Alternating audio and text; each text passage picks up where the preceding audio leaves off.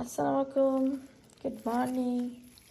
আজকে সানডে, সকাল সকাল ভুড়ি রান্না বসাবো। এখন সব মশলা টশলা দেওয়া শেষ, এখন মাখানো হচ্ছে, তারপর চুলায় দিয়ে দিব। আমি লন্ড্রি করতে ওয়াশিং মেশিনে কাপড় দিয়ে আসছি।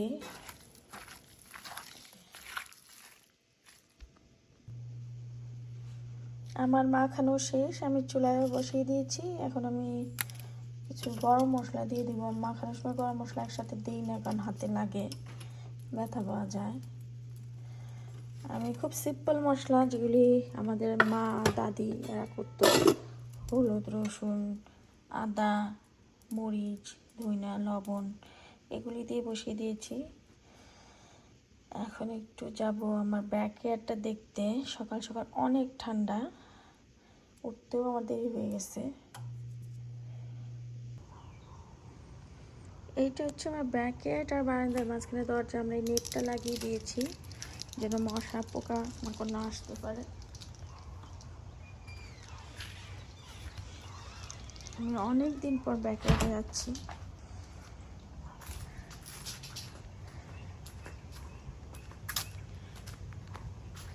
গাছ আর গাছ নাই। কদিন আগে আমার এই পেঁপে গাছে পেঁপে ছিল, তো সব শেষ।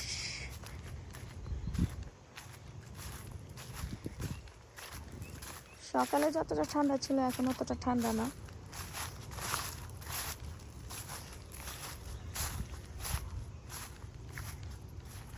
কদিন আগে আমার ব্যাকেটে পুরা সবজিতে ভরা ছিল, আর আজকে কি অবস্থা। কেউ বলবে এটা একটা ডালিম গাছ, কিন্তু কয়দিন পর এটাতে আবার পাতা চলে আসবে, ফল চলে আসবে। এইখানে ডালিম গাছগুলি মরে না, কোনো গাছই মরে না আলহামদুলিল্লাহ। পরে আবার গাছগুলি হয়, শুধু সিম, লাউ এই গাছগুলি হয় না। এটা আমার পেয়ারা গাছ।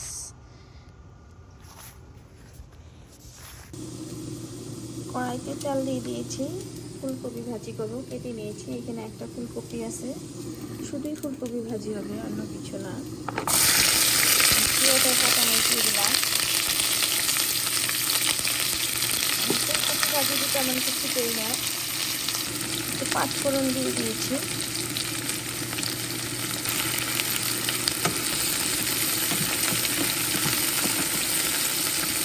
এখন শুধু ফুলকপিগুলো দিয়ে দিব।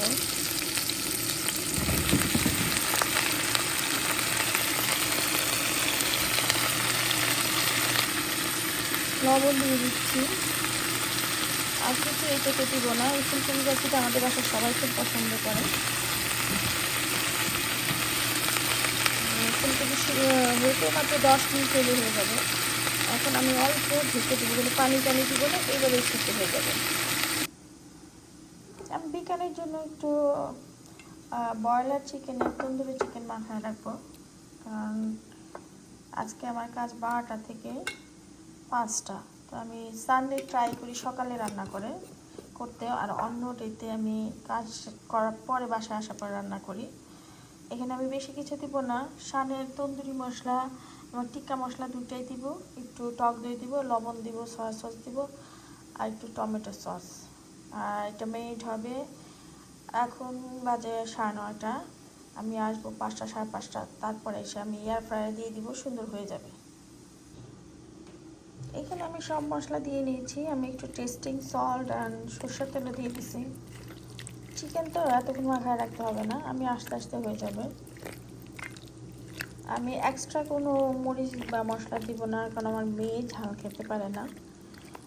ও না খেলে অবশ্যই এটাতে আমি একটু এক্সট্রা মরিচ দিতাম। এটা আমি সুন্দর করে মেখে এখন আমি রেখে দেব। এখন আমি এই বক্সে করে এটা এখন ফ্রিজে রেখে দেব।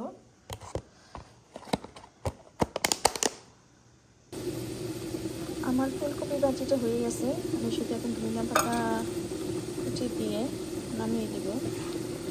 এরকমই থাকবে, সিদ্ধ হয়ে গেছে। এদেশে ফুলকপি সিদ্ধ হতে টাইম লাগে না। এখন আমি নামিয়ে নেব। আমি ফুলকপি ভাজিটা বেড়ে নিয়েছি। এটা হচ্ছে লাল তেলাপিয়া, এটাকেও আমি ম্যারিনেট করব এখন। এটা আমি এটা আমি নর্মাল মশলা আদা রসুন মরিচ ধইনা লবণ এগুলিতে ম্যারিনেট করবো। এটাও আমি বারবিকিউ করবো, কিন্তু আমি এটা চুলায় করব। চুলা স্লো কুক করলে এটা খুব ভালো টেস্ট আসে। আমি এটাতে ভালো করে মেখে নিয়েছি এবং একটু সরষের তেল দিয়ে দিয়েছি। আমি এখন এটাই এখনই করে দেবো, এটা ম্যারিনেট করে অনেকক্ষণ রাখার কিছু নাই।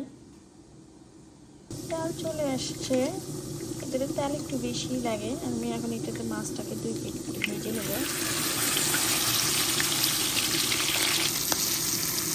এখন আমি মাছগুলো উল্টে দেব।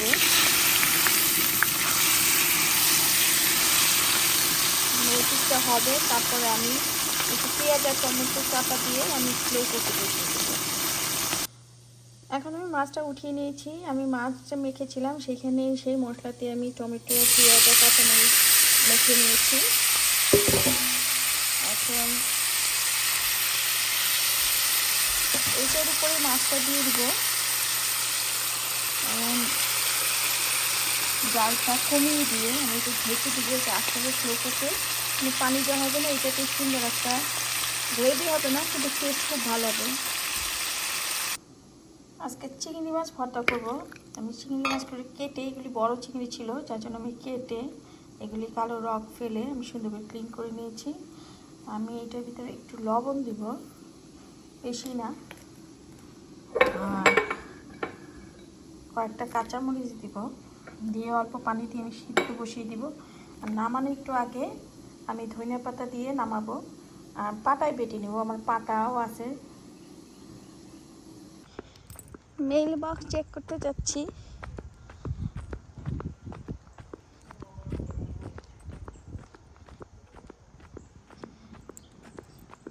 আমাদের মেইল বক্সের নাম্বার 7, এই যে লাকি 7।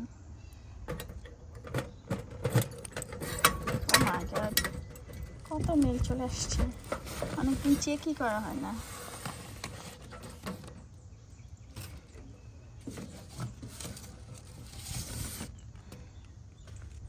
আমার মেয়ে একটু পর কোরআন ক্লাসে যাবে। আল্লাহর রহমতেও কোরআন শরীফ পড়ে এখন মসজিদে, সবাই মাশাআল্লাহ বলবেন। আর দাদা একটু পরে নিয়ে যাবে কোরআন ক্লাসে। চেক করি কি কি আসছে মেলে।